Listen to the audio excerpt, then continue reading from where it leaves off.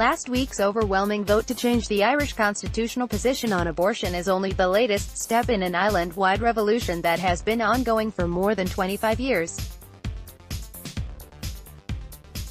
In contrast with the history of the place, it has been a peaceful revolution. After all, Paisley and Martin McGuinness ended up chuckling together rather than arguing. The most seismic change has been the Irish ceasefire, decommissioning of its arsenal and ultimate disbandment, 1994 to 1996 and 1996 to 2007. That has facilitated a peace process that still holds, despite a current inability by politicians to have a functioning Northern Ireland Assembly at Stormont.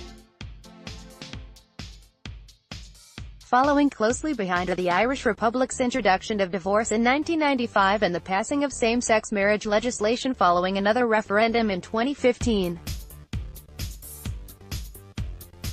And then, of course, the victory of the pro-choice lobby by a two-thirds majority in the latest plebiscite.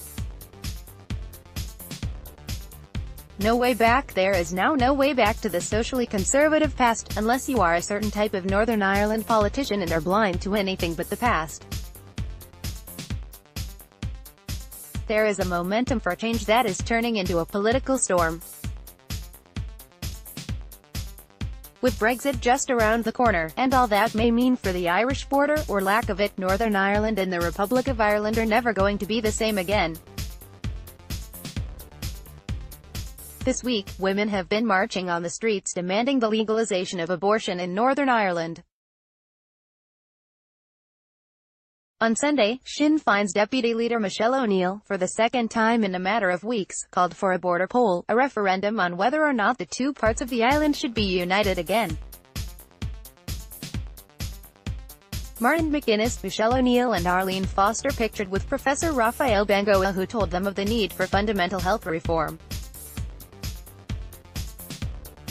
Photo, Kelvin Boys, Press I. Sinn Féin has looked at how the numbers add up, analyzed the demographics and seen the desire for change, as well as the fear and loathing that Brexit has brought to this part of the world. Northern Ireland voted Remain in the referendum 2 years ago and is refusing to exit the EU with a whimper. People's desire for lasting peace, social liberalism and a shared future as Europeans is the cocktail that may have Sinn Féin and other nationalists raising their glasses should that border poll be granted by the Northern Ireland Secretary, Karen Bradley. A different direction in a numbers game, the stats are becoming increasingly in Sinn Féin's favour. In 1921, the numbers added up too. They added up because the historical province of Ulster had 1/3 of its counties incorporated into the Irish Free State so that the remaining 6, which had a healthy Protestant majority, could become the state of Northern Ireland. But over the past 97 years, the numbers, and, significantly, the political leanings of people, have changed utterly. So have their religious affiliations. Now there is close to a nationalist, Catholic majority in Northern Ireland. Some analysts expect that majority to become a reality by 2022. A yes voter breaks down in tears as the result of the Irish referendum on the Eighth Amendment concerning the country's abortion laws is declared at Dublin Castle on May 26, 2018 in Dublin, Ireland. Photo, Getty. And, with the days of a sectarian electoral law and gerrymandering long consigned to history, nationalism is in the ascendancy. At the last election, there was a gap of 1,100 between the DUP and Sinn Féin in the total votes cast. The Republican Party is expected to win most votes in the next poll. The Northern Ireland of 1921 was also a deeply devout, segregated and unfair society, as was the Irish Free State. Protestants went to church regularly and voted Unionist. Catholics attended Mass every Sunday and the majority of them were disenfranchised by a law that declared only homeowners and business people could have a vote, or even several votes. Nationalist politicians never stood a chance of having a meaningful voice, let alone aspire to govern. Rescinding religion today, there are a dwindling number of both religious Protestants and religious Catholics. Many young people have no interest in the church. So, when talking about Protestant and Catholic today in the context of Northern Ireland, it is imperative to identify if the group you are referring to are religious Protestants or religious Catholics, or are Protestant and Catholic by family tradition, schooling and culture. I would contend that the latter outnumber the former. But the religious on both sides still carry a lot of clout at the ballot box. When the people of the Republic voted to change the state's abortion law, it occurred to me that, had the country been united, the combined vote of religious Protestants and Catholics currently in Northern Ireland would have delivered a much closer result. It would have been closer, but it would not have been different.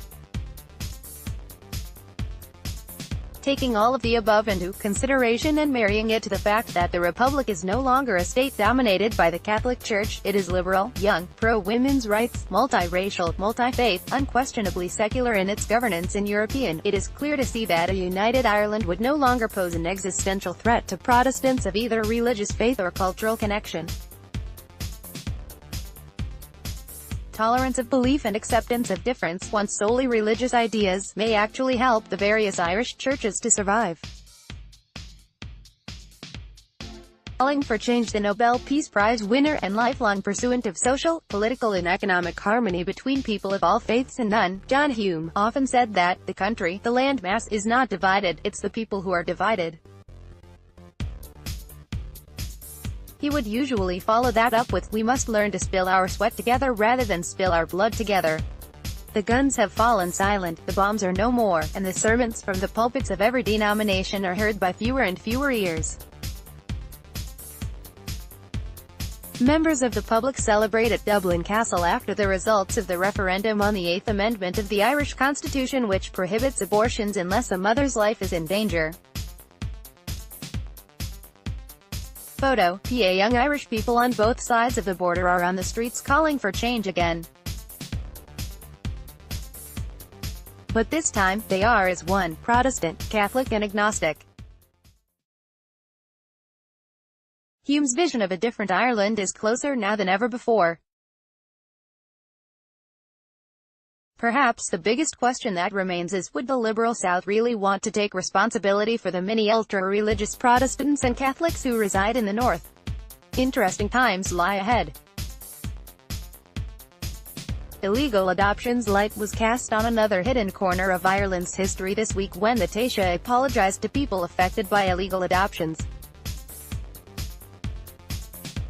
Leo Varadkar said another, dark chapter, had been opened after it was revealed that 126 births were illegally registered between 1946 and 1969.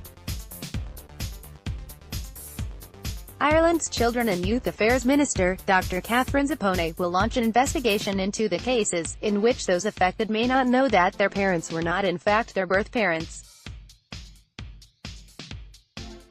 Mr. Varadkar said, "This is potentially very traumatic for a lot of people and I am so sorry for it.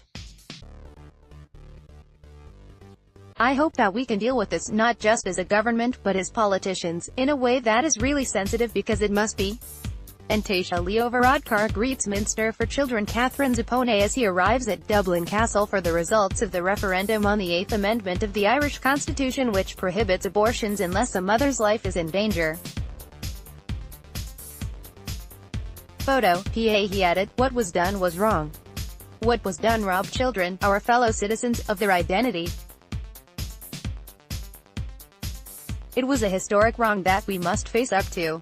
He also said the priority was to contact all those people affected in a sensitive way. Nobody is going to get a knock on the door and suddenly have this information disclosed to their family, he said. People are going to find out that they were adopted in this way, having thought for the past 50 to 60 years that they were the natural child of the people who brought them up. It's going to be really difficult for those parents who did bring up those people. They are going to have a very difficult conversation with the children they brought up. Read more from My Weekend. Irish abortion referendum, what happens next, and what about Northern Ireland?